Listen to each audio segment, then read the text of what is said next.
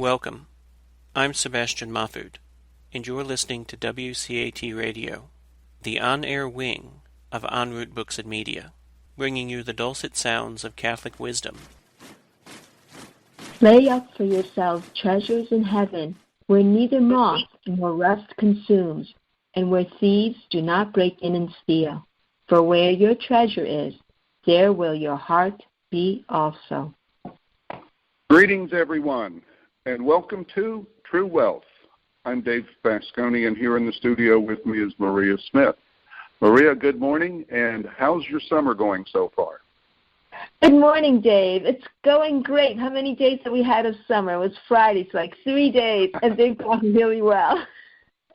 Okay, so you're good on the dates, because a couple of weeks ago I tried to trick you with asking you the same question, and you jumped all over it. So my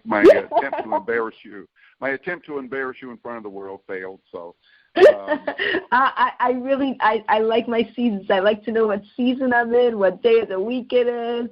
I guess you can say I'm pretty structured that way. I'm like. All right. Well, you're telling me where your strengths are. I just got to find some weaknesses, and I have a lot of weaknesses. All right. Well, I haven't found any yet. Too long to find that. Okay, sounds good.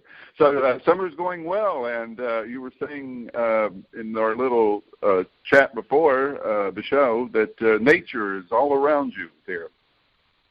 Yeah, we live pretty set back from the road, and it's just so beautiful, so much green, the birds singing. It is just, oh my goodness, God's creation is just amazing, just overwhelming, breathtaking. Oh, it is. And one of the things when you say nature, have you ever put out feeders for the hummingbirds? Do you have those there? No, I've seen other people have them. They are beautiful, yes. Oh, we've had hummingbird feeders for years, and they're amazing. I mean, I go from 1,000-pound horses to 3-ounce or less hummingbirds, and everything in between. You know, God's creation. It's all great, but hummingbirds. If you like birds, they're just special. Their ability to hover and just their antics at the feeder. It's an easy mix. Maybe after the show, if you're interested, I'll give you the recipe. But I just think hummingbirds are the best. They are. They're beautiful. I love birds. Goldfinches and all kinds of birds. And bluebirds are just beautiful and so sweet. Blue jays are beautiful, but oh my goodness, they're noisy and kind of very. Yeah, they're the rowdies. They're the beer drinkers. They are. They're the little bullies. Yeah. They're the bullies, the rowdies. That's right.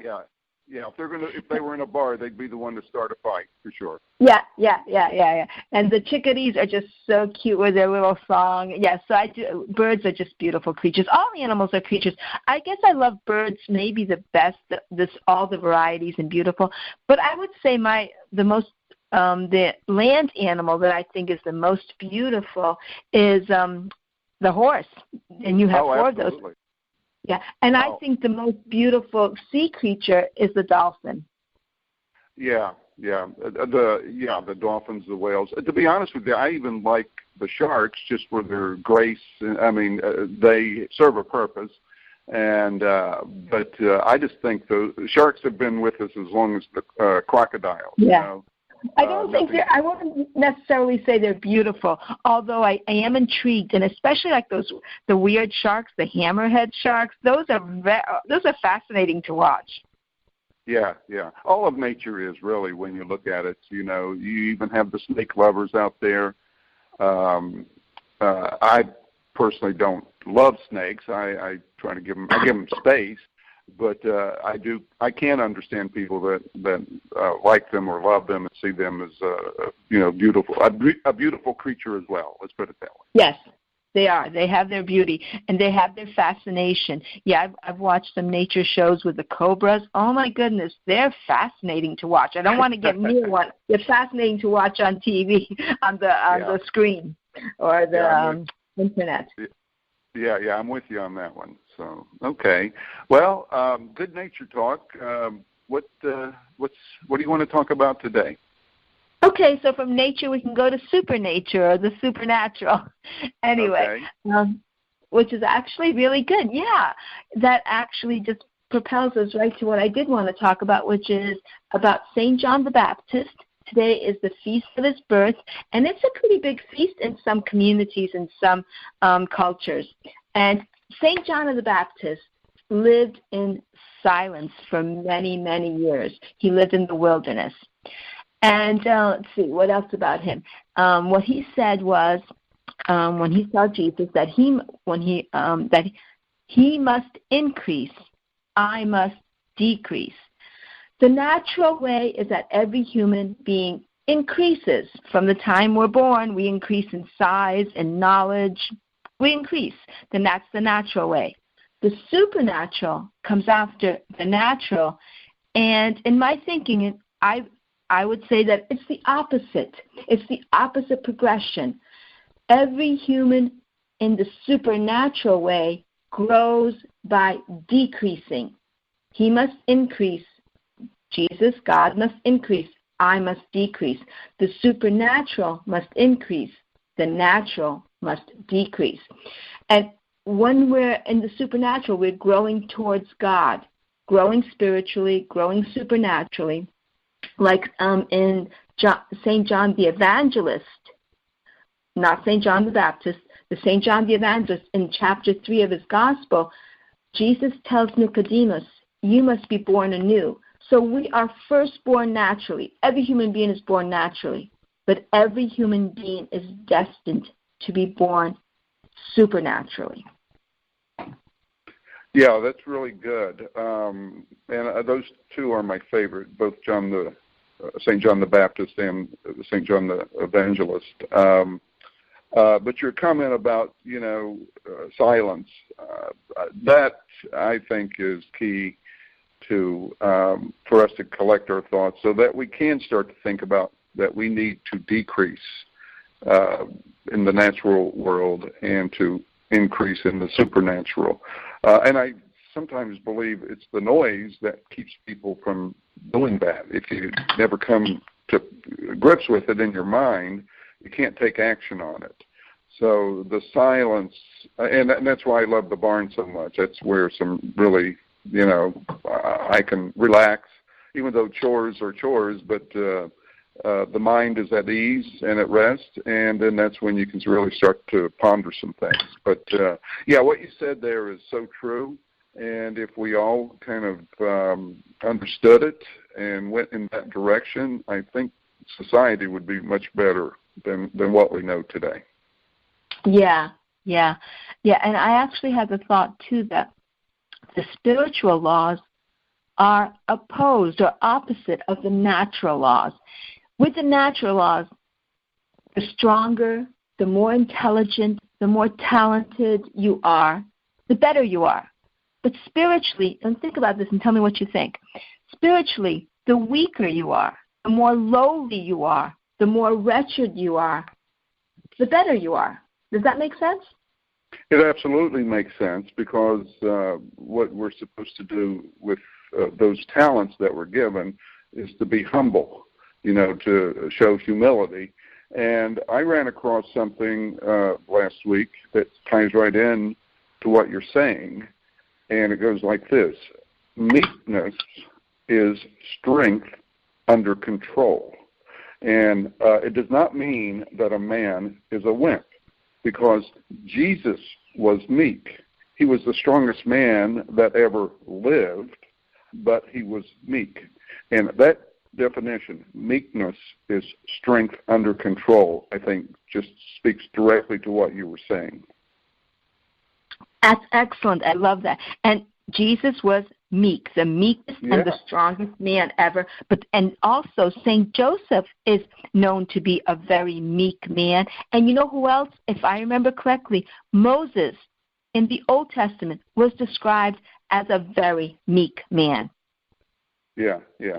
And I'll be honest with you, in my travels, I've come across people that from all outward appearances, no one should be messing with them, but they were the most polite, soft-spoken, person you'd ever see. And there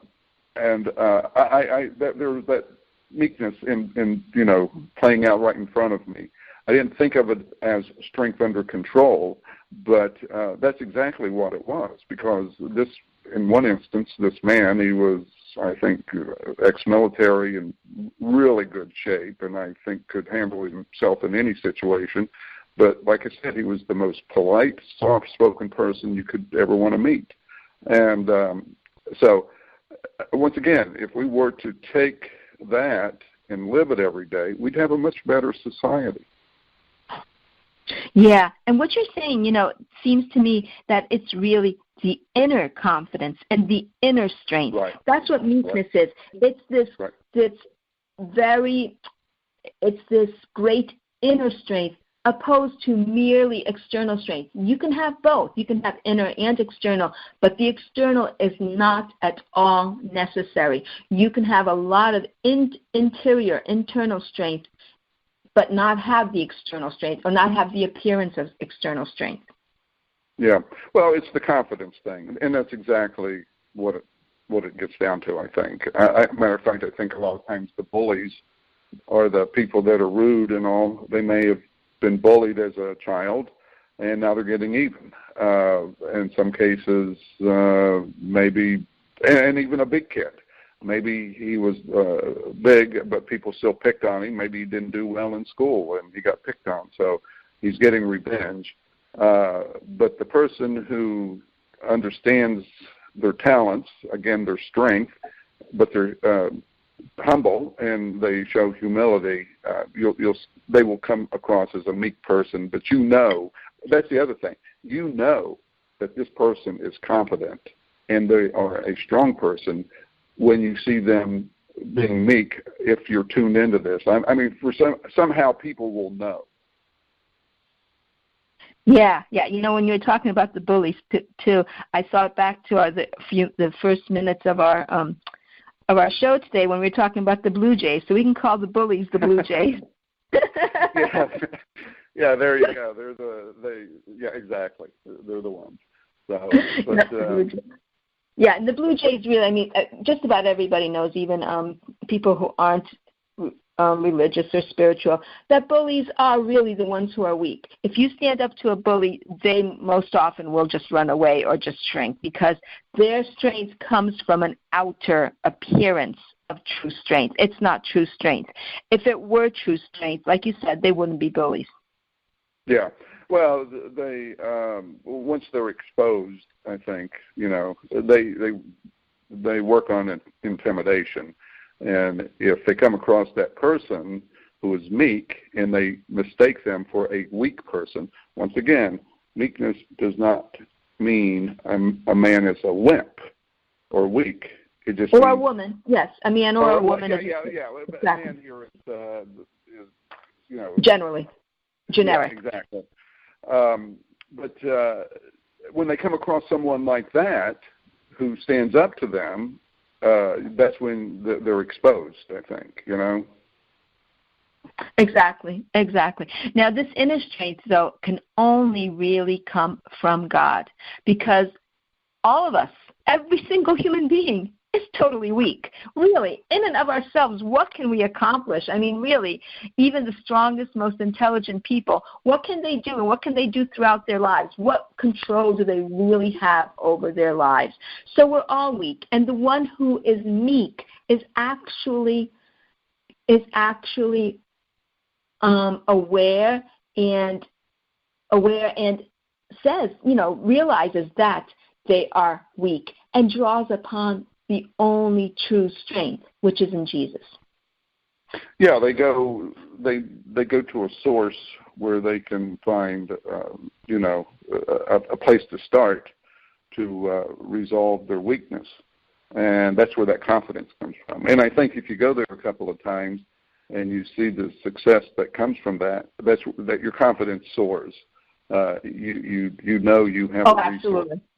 Yeah. Absolutely. Absolutely. Yeah. That's how your confidence soars in everything. If you play the piano, the better you play, the more your confidence grows, and the better then it goes on and on. If you're an athlete, whatever it is, and in the spiritual life, that does follow the same laws.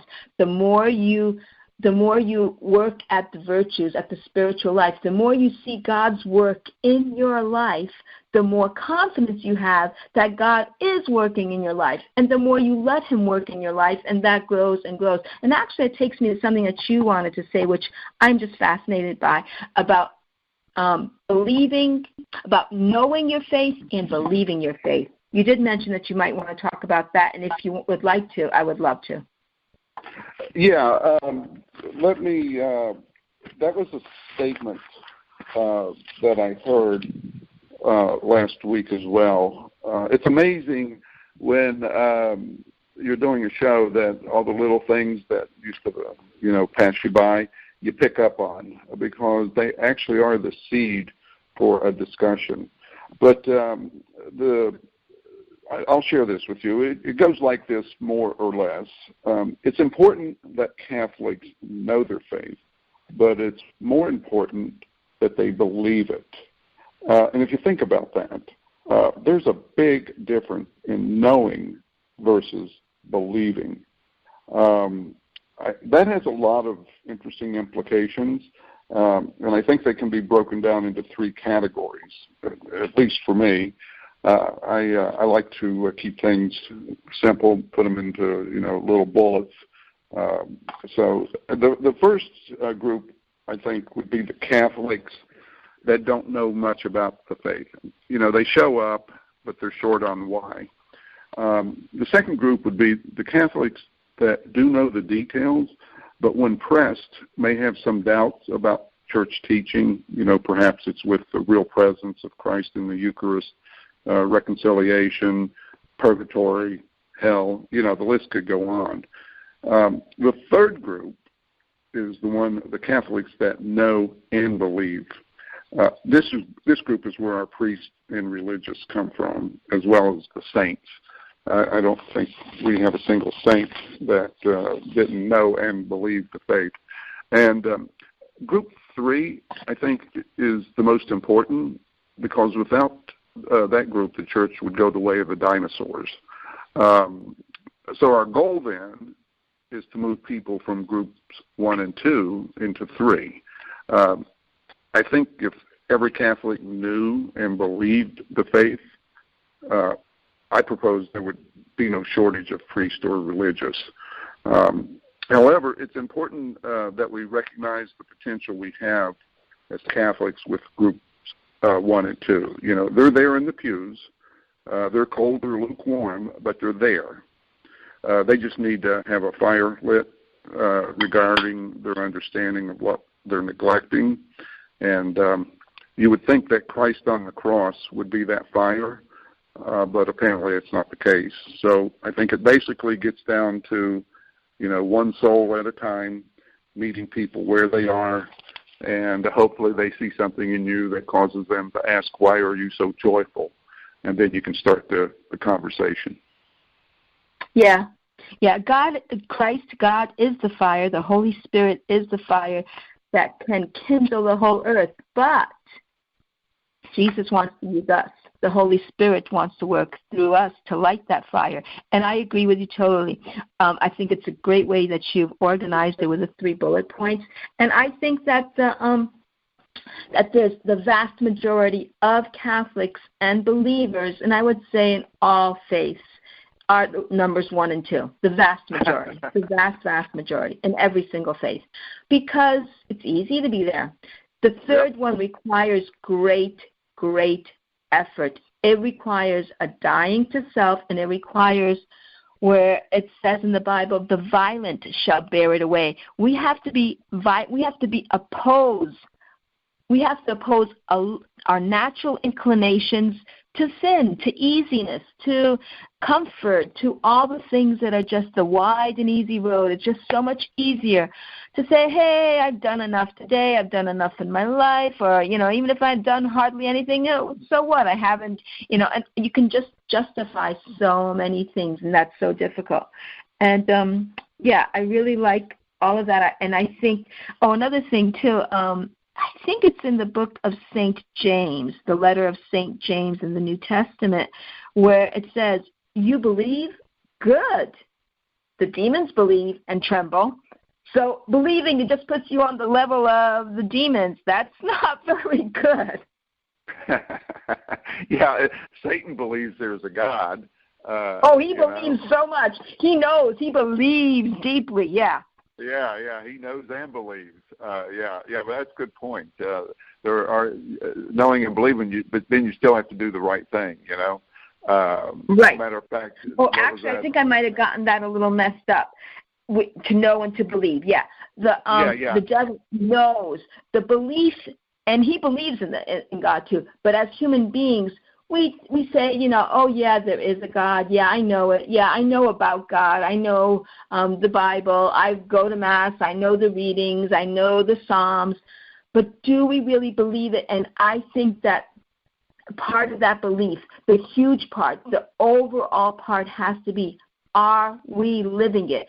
Is our belief enough to make us change our lives and do what Jesus said, which is not, Jesus didn't say, just go to Mass, the Catholic Church, or whatever, just pray. He didn't say that. He wants us to live the truth, that every single aspect of our lives will be lived in truth, that we'll keep searching for truth, striving for truth, making every effort to get closer to God.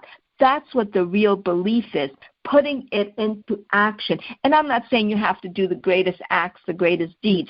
Your action can be spending time with Jesus in your own home for 15 minutes, an hour, and just being there talking to him. And you might think, that's really nothing. Just sitting there? No, that's very important, because that is really developing that personal, intimate relationship of love. And this is so important that I actually just learned it, not too long ago, last year or so. The more we get to know Jesus Christ, the more we spend alone time with him. And I know all of us are busy. But again, what should be our priority in life? More than making money, more than going shopping, more than doing chores, what should be the absolute priority of every human being's life is spending time with Jesus, because the most important thing that the ancient philosophers said was, know thyself. A life that is not examined is not worth living. This is all the same thing. We will know ourselves the more we spend time with Jesus. The more we know who he is, the more we can know who we are. And that is so important, to spend time with Jesus and develop that relationship. It supersedes everything. You have a mortgage to pay. You have bills to pay. Spend that time with Jesus, and he will help you to do whatever you need to do in the natural world. Obviously, don't work. I'm not saying that. I'm saying spend the time with Jesus, and he will actually help you to get your work done more efficiently, better, with a clearer head. He will help you. It's just, he's told us so many times, come to me, all of you who are weary and heavy burdened. He gives us all these beautiful counsel, advice, suggestions, and really they're commands. If we love him, we'll take all of the suggestions that are in the Bible that Jesus says, that the apostles say, that the evangelists say, that St. Paul says, have no anxiety at all. That you can take that as a great, wise counsel, or you can take that as a command. We are commanded not to be anxious, to worry about this life, to worry about the food, the money, the clothes, etc. Yeah, absolutely. Everything you said, falls into place and makes sense. And it goes back to that where you started with that silence. With St. John the Baptist, he spent a lot of time in silence. That's where you hear the whispers. That's where you get these insights. I can't imagine anyone that's bouncing from, chore to chore or task to task that can really have a chance to think anything out, much less hear the voice of God or the whisper of God, and that's where all the wisdom comes from, is in those silent moments. You've expressed your concerns and all. Of course, expressing them is just our way of acknowledging them to ourselves. God already knows what they are. But, there is a protocol. There is a process by which we get an answer.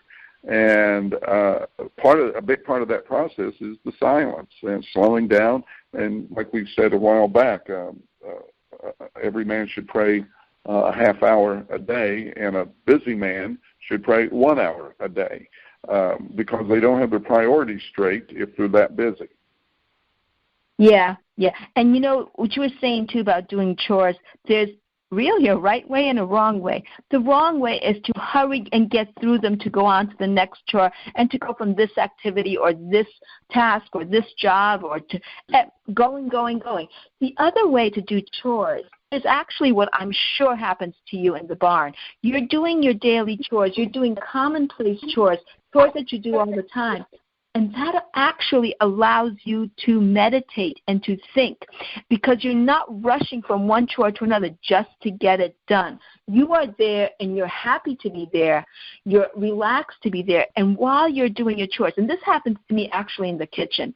I know some people some of my women friends have laughed because I really enjoy being in the kitchen doing the same thing and chopping vegetables and not having to think. I don't really like, except once in a great while, doing a new recipe. Why? A new recipe, I really can't contemplate. I've got to think, oh, my goodness, I have to think, I have to put this in, make sure I put that. Where was it? And it's all this thought that is really not giving me the opportunity to reflect, to be quiet. So you can do chores and be quiet. You can do chores and meditate and reflect and be closer to God. Because when you're doing quote-unquote mindless chores, which so many people are against nowadays, and they're again because people are against silence. People are against things that actually can help them to think and meditate and bring them closer to God. But things like that, very humble tasks, sweeping, chopping vegetables, washing dishes, all those things are humble things. And you being in the barn, all those chores that you do are just humble little daily, they can be thought of as tedious. They're the same things over and over. But that's what really gives you the opportunity to meditate. So you can meditate. You can sit and meditate for a half an hour, but you really can't. Nobody can. Not even the contemplatives sit and meditate for 10 hours or 12 hours a day. Even the many religious orders, they have ora et labora. They work with their hands, manual labor, and a labor that's natural labor, as opposed to artificial or labor that's done with machines and technology and stuff. The manual labor is so important, to work with our hands. That really brings us close to God. Yeah, boy, you pushed all the right buttons on that one, because as you were talking, I've read several articles in horse magazines about people loving to go to the barn and to muck stalls. Now, you would think going to a barn and cleaning out a stall would be a yucky task. But no, people look forward to doing it for the very reasons that you cited there. And it's because, one, it's not something you really have to think real hard about because you've done it so many times. It's like, versus that recipe, that new recipe where you got to focus to get it right. This is something that you're relaxed because you're physically doing manual labor, and your mind is, again, at rest. It's quiet, and boy, matter of fact, that's when I hear these things that we end up talking about on the show. That's when I start to think about them, is down at the barn. I don't think about them when I'm driving or out and about, because it's too busy and too noisy. I wait for the barn, and that's when the real insights come. But, great insights, Maria. Yeah, that's really when it happens. It's really, and the modern world seems to think, just chopping vegetables, washing dishes, being in the barn and cleaning out the stalls. Those are tedious things. Those are things that aren't, they just really don't do much. Whereas those tedious things, or even, as you said, jobs that people, isn't there a program too? Mike Rowe, maybe, the unpleasant jobs. All those unpleasant jobs that people don't want can have such good results from those things. And, sweeping, cleaning up, all those things that are quiet and that don't seem very important, very lowly, very humble, are the ones that really can bring you much closer to God. So that's where it is. We're back to the spiritual, the natural, and the supernatural lives. And supernaturally, it really is that naturally, the stronger, the more intelligent, the more talented you are, the better. But spiritually, it's the weaker, the more lowly, the more wretched you are, that Jesus can work in you. He can increase in you when you see yourself as less, when you open up to him and see really, compared to God, compared to Jesus, what are we?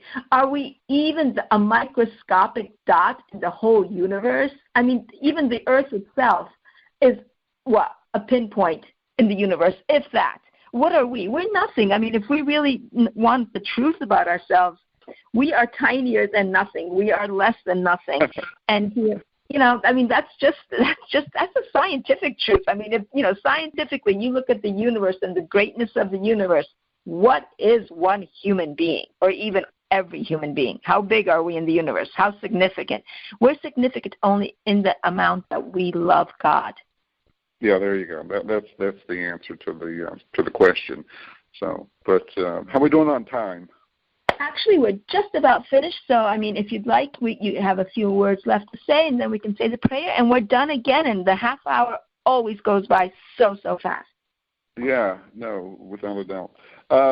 I think this whole thing came back. It went full circle, and it converged on itself. And I've always said that the truth always converges on itself.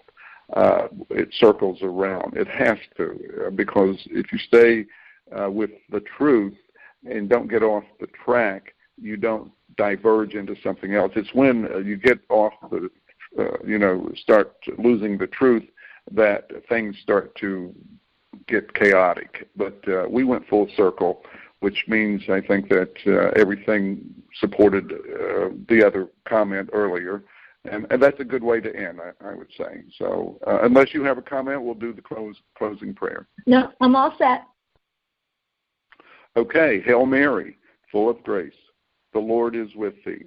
Blessed art thou amongst women, and blessed is the fruit of thy womb, Jesus. Holy Mary, Mother of God, pray for us sinners, now and at the hour of our death. Amen. Amen. Have a good week, Maria. You too, and everybody else who's listening. God bless everybody. Bye-bye. Take care. Bye now.